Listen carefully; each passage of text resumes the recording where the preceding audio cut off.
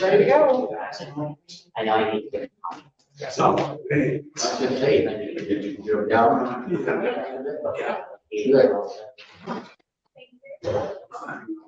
I came from a real person, got 70. Oh.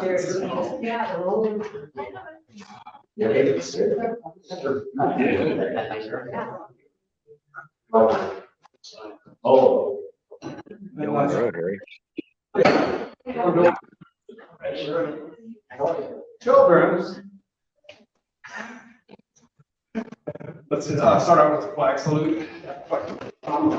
Sure. I pledge allegiance to the flag of the United States of America, And to the republic for which it stands, one nation, indivisible, with liberty and justice for all.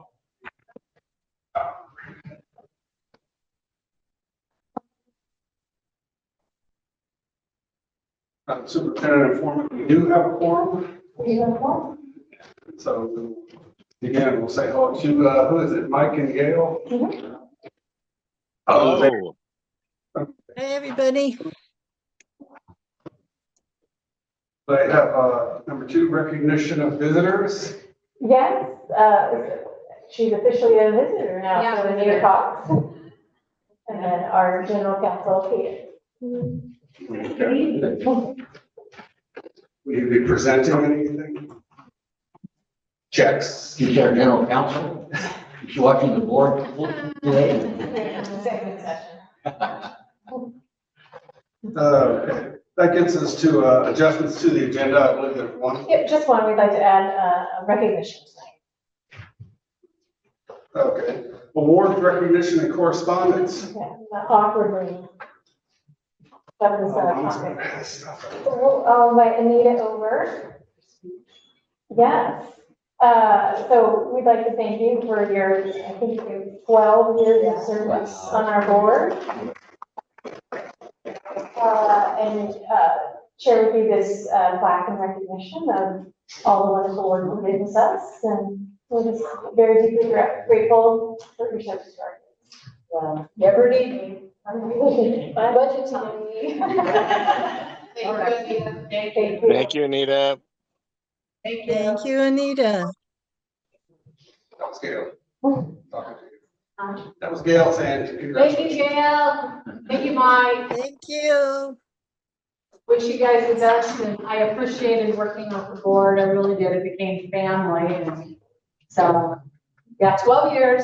I know we've got it in good hands, so with that, I'm gonna leave you. Thank you. Thank you. Thanks. Bye. No other awards or correspondence, no. Presentations to the board, Julie. Yes, so, we have a quick video to show you tonight. Everyone's all about the videos, I think. We, the EIDCSE programs, as part of our contract, have to ensure that we are doing outreach throughout the community so people are aware of the services that we offer. And so Jackson County went ahead and made a film using their staff and their kiddos and got permission from the parents. And they're actually playing this down in the movie theater this summer, but it will also be used to show at, community presentations with doctor's office. So it's a short little film. Press play. And Welcome to Jackson County Early Intervention and Early Childhood Special Education. Families are at the heart of everything we do. From birth through age 5, our goal is to partner with families to help children grow, learn, and thrive in everyday life. These kids are amazing. Kids are incredibly resilient. Most of what I do in my day is supporting parents. That's the harder job. It is so fun and so easy to be a kid. It's really hard to parent. So early intervention works on connecting with those parents and helping give them the strategies, because kids can pick up things like that. They are so clever. Every family is assigned a service coordinator who helps families navigate services and access community resources. What I love about early intervention is I love seeing families understand their child's development and then take so much pride in the successes that their children are having. Almost every week someone comes and makes sure that you guys are doing all right and have any little concern, they have extra people that specialize in that category to help them out. So it's helped her out a lot. Through the primary service provider model, families work closely with one trusted professional who collaborates with a team of experts. This way, we're able to offer well-rounded support tailored to your child's specific needs. We know that learning begins at home. Our early intervention teams partner with families within their own home where children feel safest. It's really a privilege to be working with a family in their home. I have a lot of kids on my schedule that are medically fragile. So if they would have to go out to a clinic or something for their appointments, it's really difficult for them. Preschool is an exciting time for learning and friendship. Our early childhood special education services provide extra support in community preschool settings across Jackson County. We partner with local preschools to create inclusive classrooms where all children with and without disabilities can learn and grow together. Some children benefit from a more structured environment. Our ECSE classrooms provide targeted instruction to help children develop important skills in a small, supportive setting. When she's at home, she doesn't sign as much, but with the help from the teachers here, she signs a lot more, and she's happier. She loves coming here. She looks forward to it, and she doesn't want me to take her away. Every time I pick her up, she's like, I don't want to go. She just has so much fun.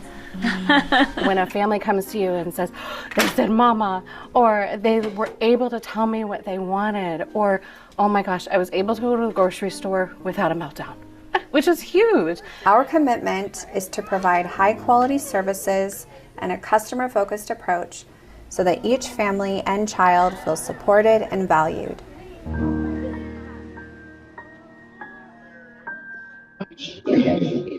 So they did a nice job. I think So you we found- actually did all. But they hired someone to put it all together and do all the over, so. Pretty cool.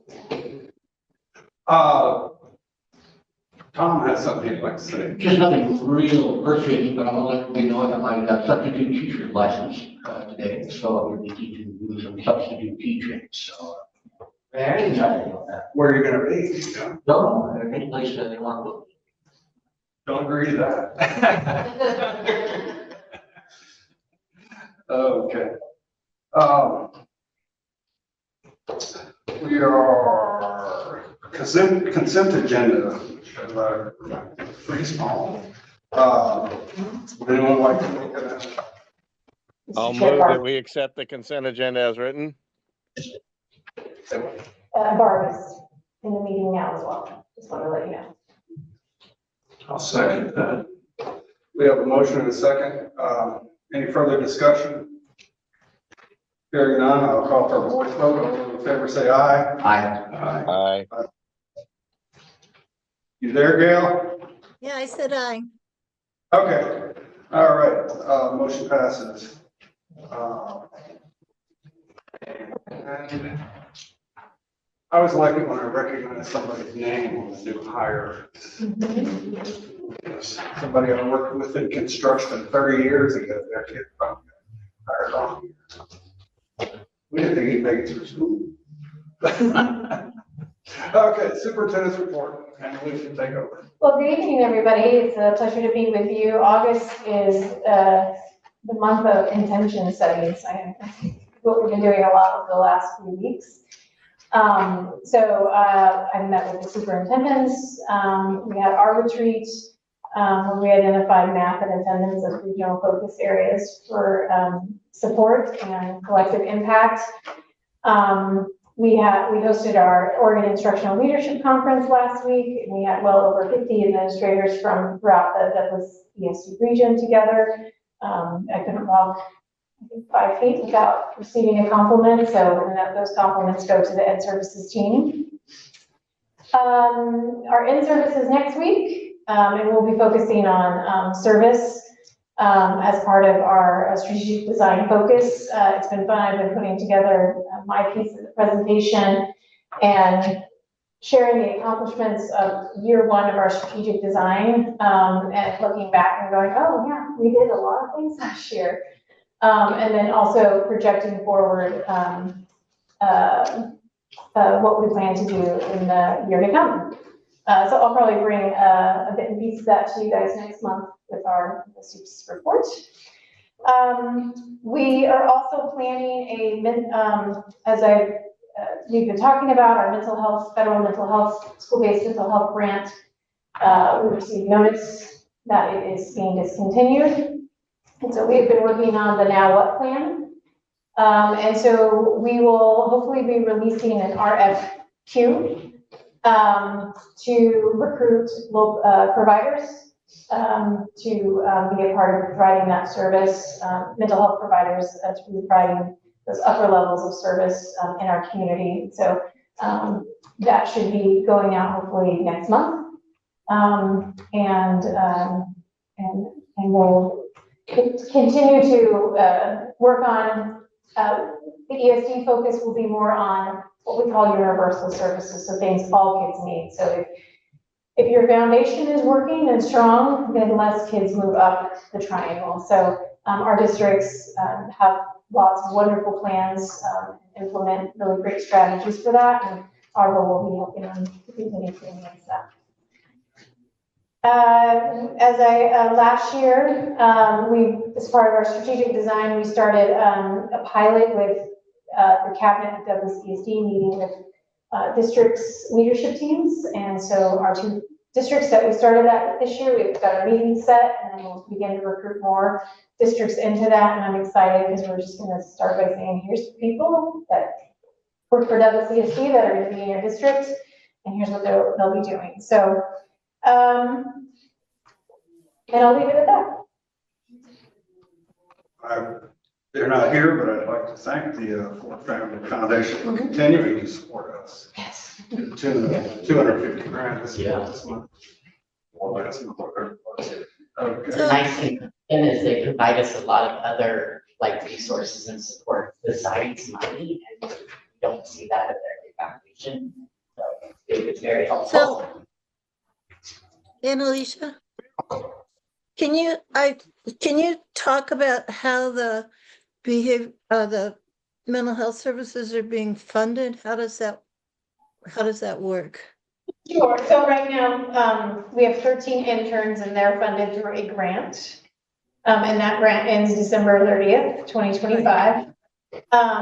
And so moving forward, we have been trying to identify what is a funding stream that can continue to support that, and that's Medicaid, which is why we're doing the RFQ with our local mental health provider, or trying to remove the word local, mental health providers to help us. We've done this in the past, and so we're just kind of reigniting it. And in September, I'll probably share with you guys the whole RFQ and all of the details of it at that time. So, yeah, so we're trying to learn from the past and write an RFQ that meets the needs of our current programming needs. Great. So, in some ways, it'll be a more sustainable system. Years. Yes. That's what we've been searching for, is a sustainable funding stream that is actually already designed to serve kids. Okay. Question. How do kids get in and get checked for mental health? How do they qualify to get into the program? There's a lot of different avenues. So sometimes the kids are referred through their pediatricians, and then so you can do school-based therapy so that they don't have to leave school to receive the service. And then districts have referral systems. We're obviously not the mental health experts, and so you refer kids to those who are. So I think there's a lot of different various places in the community that say, oh, I think this family might need some additional support, and then they refer them to the proper mental health providers in the community. Where are the referrals coming through? Not ESD. Yeah, so there, I think there's a form, and then people make phone calls. So there's more handoffs. Yeah, and I can bring Tiana in to answer more questions about our coordinator. And, well, we do provide some mental health services as in an emergency or where a student has died in the school. Yeah, so, yeah, we have what's called a flight team. So if there's an event, then the people with that skill set to help support kids, they're called a flight team. And we make the all call, say, hey, this district needs help on this day. And then folks from throughout the county will show up. So yeah, so we have like some critical responses or crisis responses, and then also the response of more what I was discussing earlier, getting folks to. Are these people on payroll or do they volunteer time? There are school counselors, there are our behavioral health staff, CDS specialists, so they work in districts. ADAPT also has a crisis response team that teams up with us for those events as well. ADAPT being that's part of the community mental health.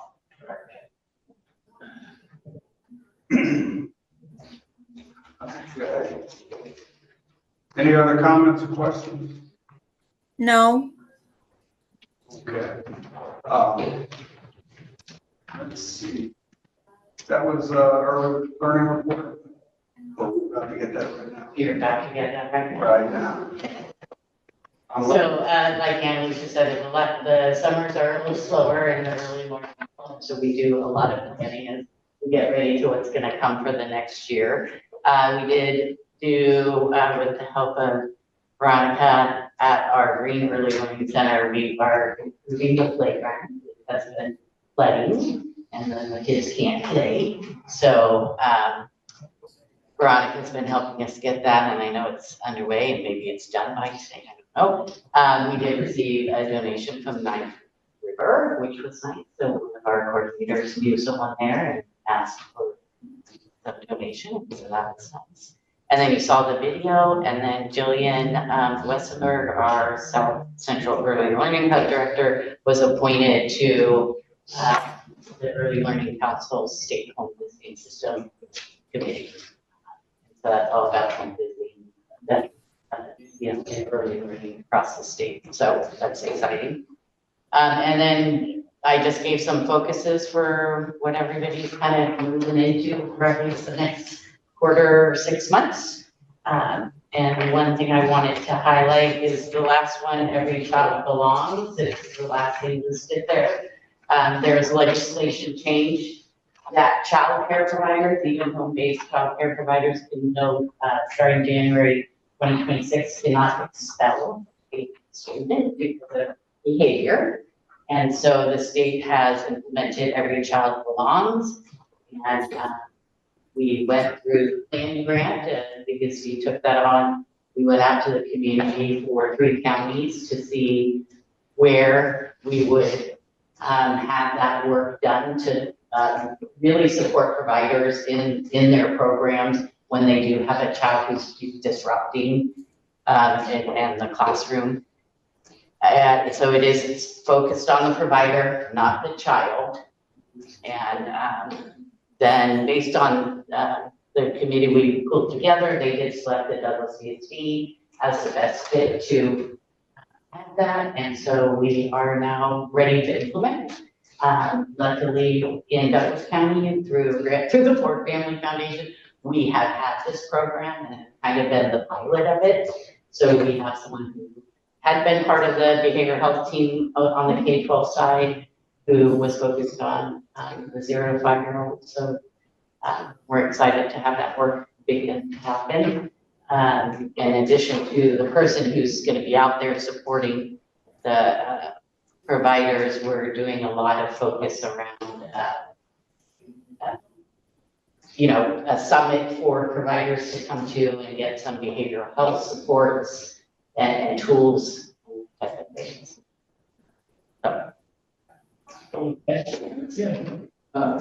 Here, question first. I'm wondering, expelled, that means we can't take them out of class at all, or expel them, out of the program? Okay, all right. Okay. So there can be some things done to, discipline a child or to bring order to a classroom. Right, and those are the behavior tools that we come in and help the provider to implement with the child. And so it'll be this thing of modeling it, so the person coming in and modeling it, and then having them do it and giving them feedback. It seems to be a reasonable approach because, the child is growing and learning and, the adults need to adapt to it. Right. We had corporal punishment. I know. So I understand Tom's need to find out about classroom discipline as a new teacher beginning. The one challenge they don't really prepare you for.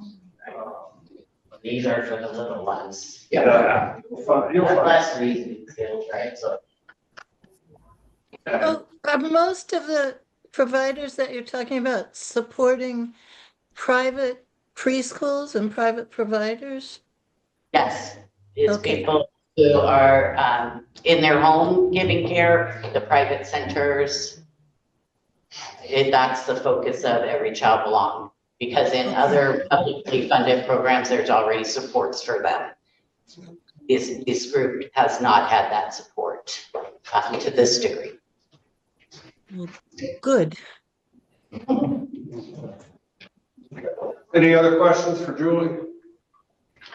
Hearing none, I assume we'll go on to the next item, the HR update. Normally I would chide Holly for being over 1 page long in her presentation, Julie too, but she had a lot of things that did, and so did Holly, so we'll forgive you this one time. So you gonna take over? I will take over. Holly was unable to be here tonight, so she's doing the policy portion of our legislative report of all the things that were passed during the last legislative session. One of the ones that is interesting is previous law was if a new teacher is hired, they're on probation for 3 years. And if that new teacher moved to another district, they were on probation for 3 years, and now they've adjusted that law to shorten the, if they've already received contract status in a district, their probationary period may be shorter in the new district. And then Senate Bill 906 is something that the HR and Business Office are working on together to fully explain all of the fun things on our and all the things that can come out. They're already working on that. And then there'll be some shifting around dates on pre-employment or hiring documentation. So we will, again, making those adjustments. We don't ask for birth date already, so we're okay on that one. And if you have questions about any of these policies, feel free to ask, and we'll have Holly follow up.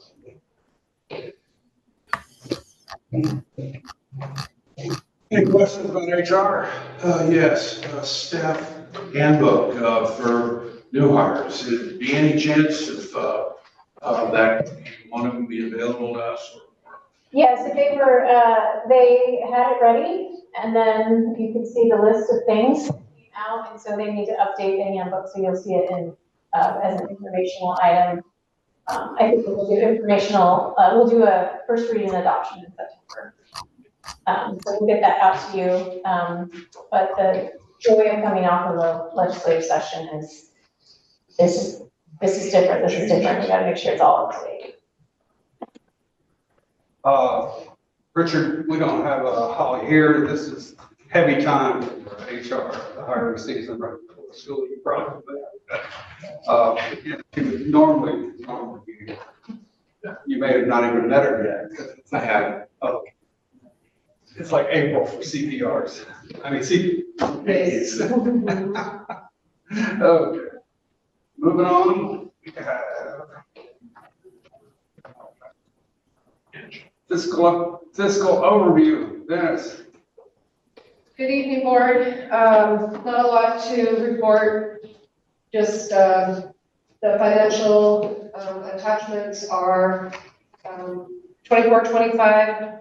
Still, September, I will start reporting for 25-26 and updating figures as we move along. We're still going through some audit preparation, and with that always comes some journal entering and making sure things are in line and getting prepared for our audit. The CSD audit is the last week of October this year.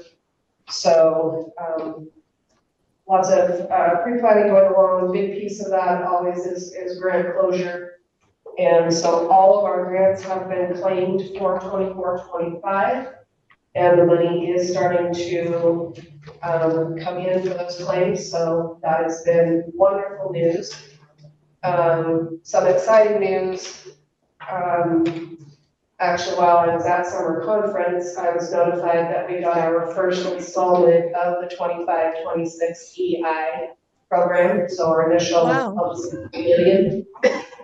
So was very excited. We weren't expecting it until August 1st. So I'm running around to all these ESD CFOs going, we got our money.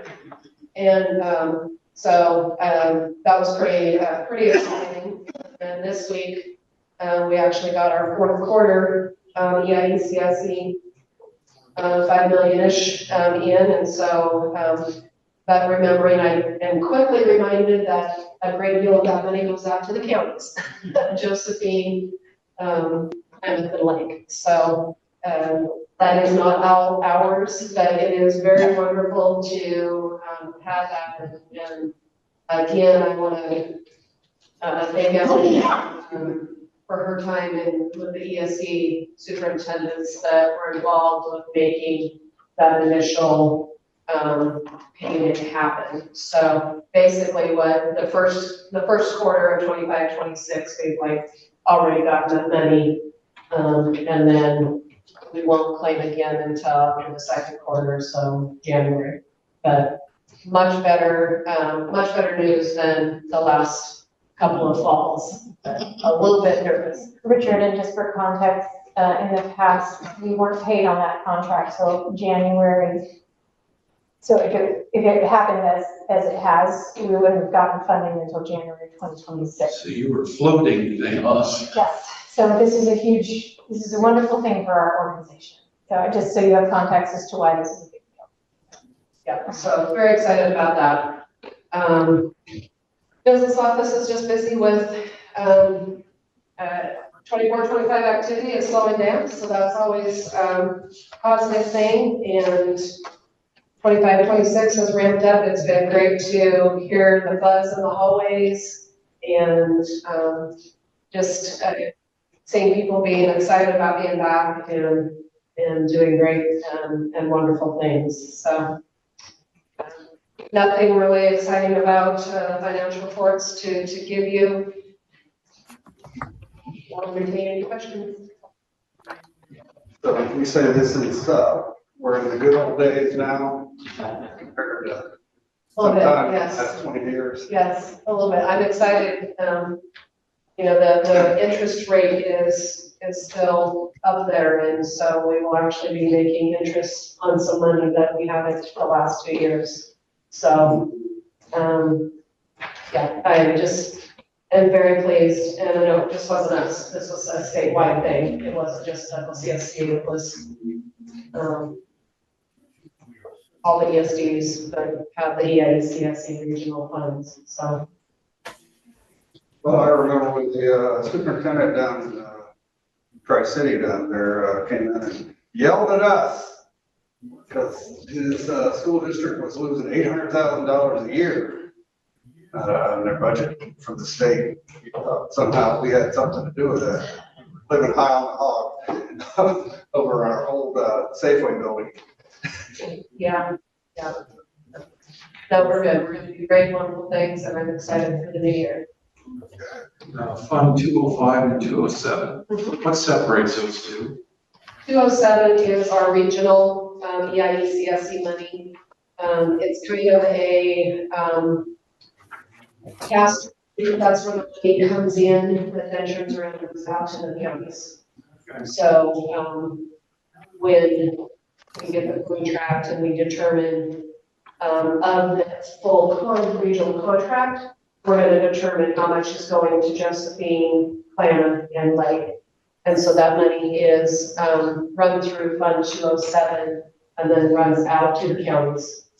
205 is our standard state grants. So all the other little mini grants we get or the state grants we get will be under 205. And then 201 is our federal grants. So I take it 205 can swing wildly year per year. Yep, it can, and when we get these new grant opportunities and new funding, it goes into Fund 205. That's all our philanthropic, all our state sources, private sources, all come into 205. You have a rainy day where if a year is good, you can put some money aside for a rainy day fund. Not typically the grants. Grants are typically, we give you this money to do these things.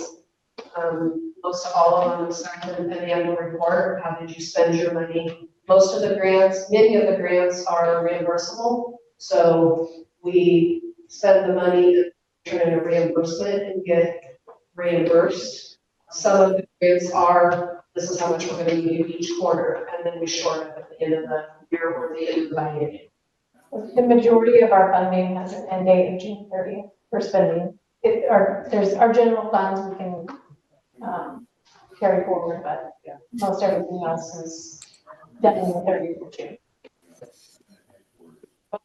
And actually, that's a great question, actually, and I'm already started some conversations with the auditor regarding our 600 internal service funds. So just a heads up, we will most likely be having a discussion about those and what those look like in the future.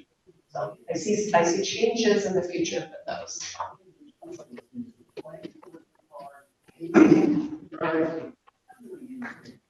That gets us down to information items. I don't see any.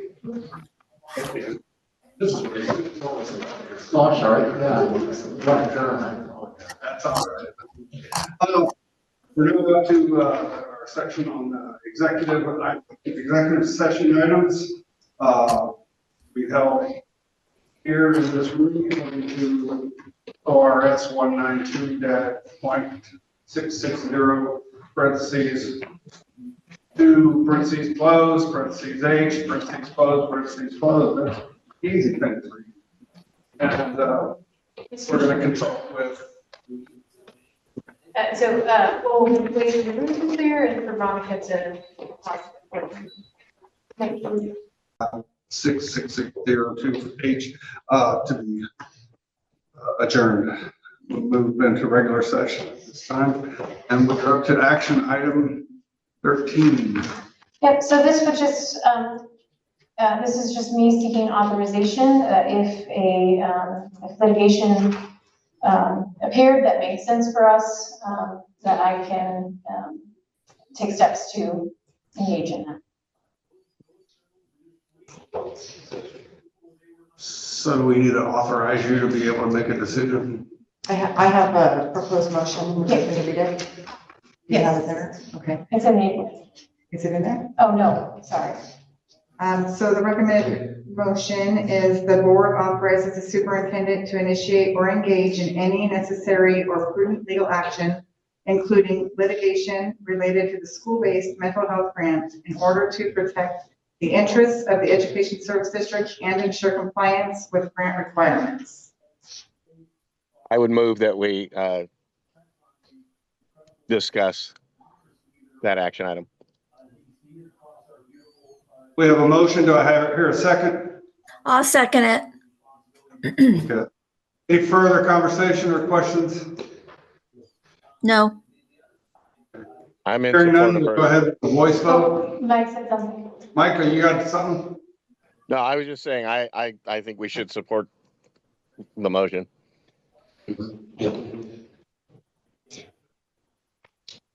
Well, way to campaign.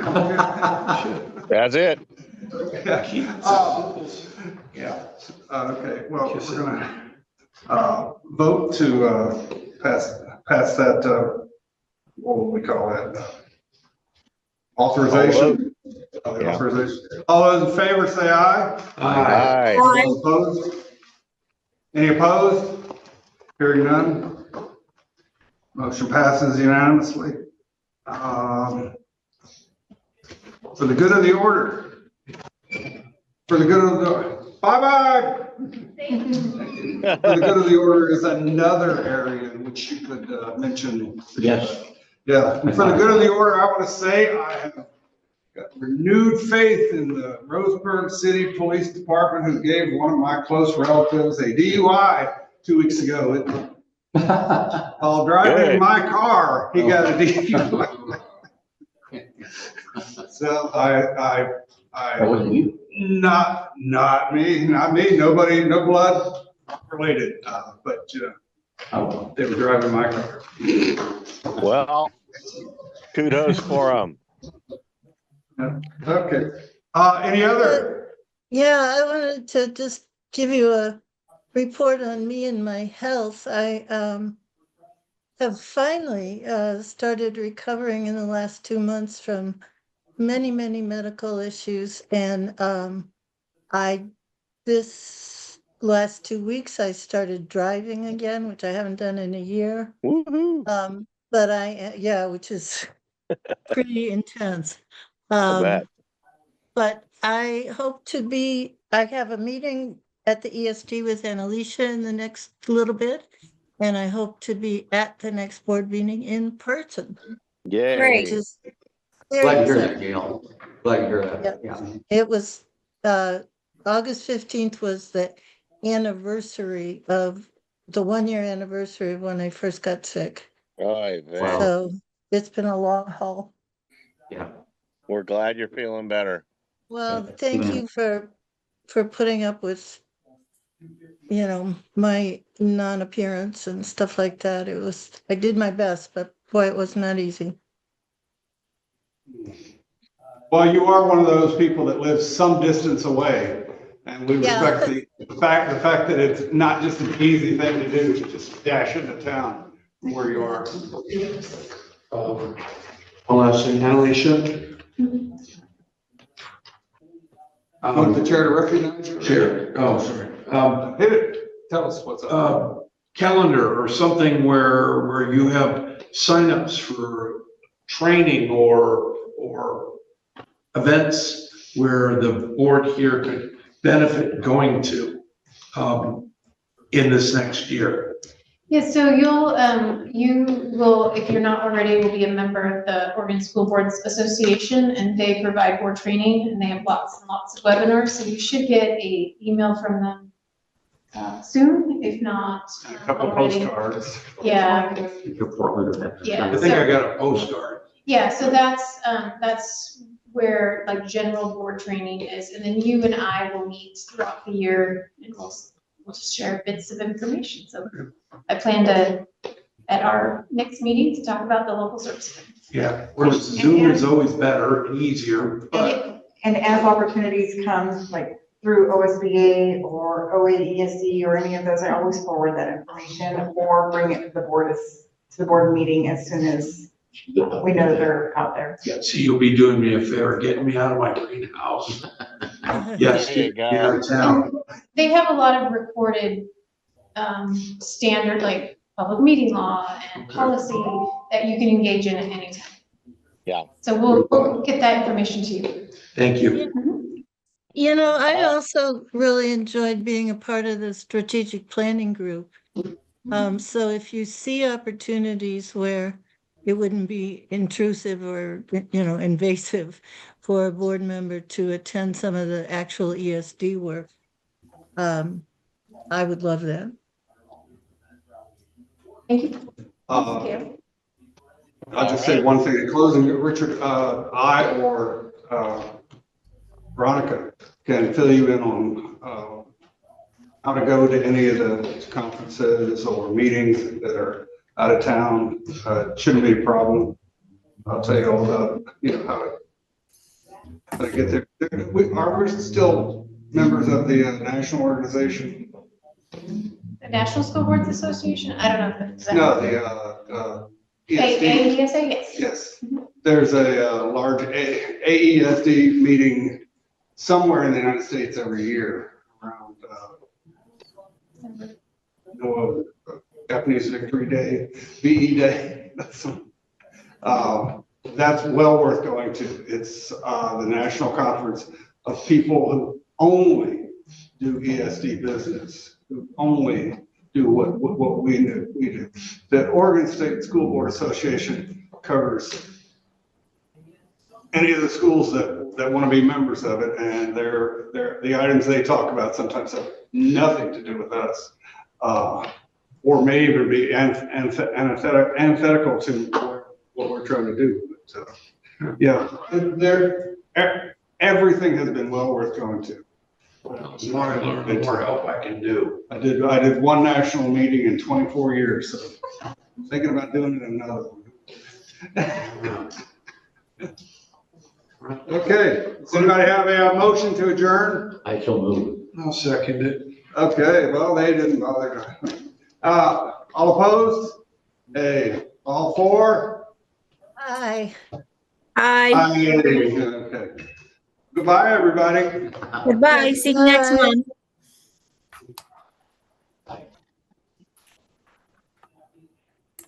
Was it last year or the year before?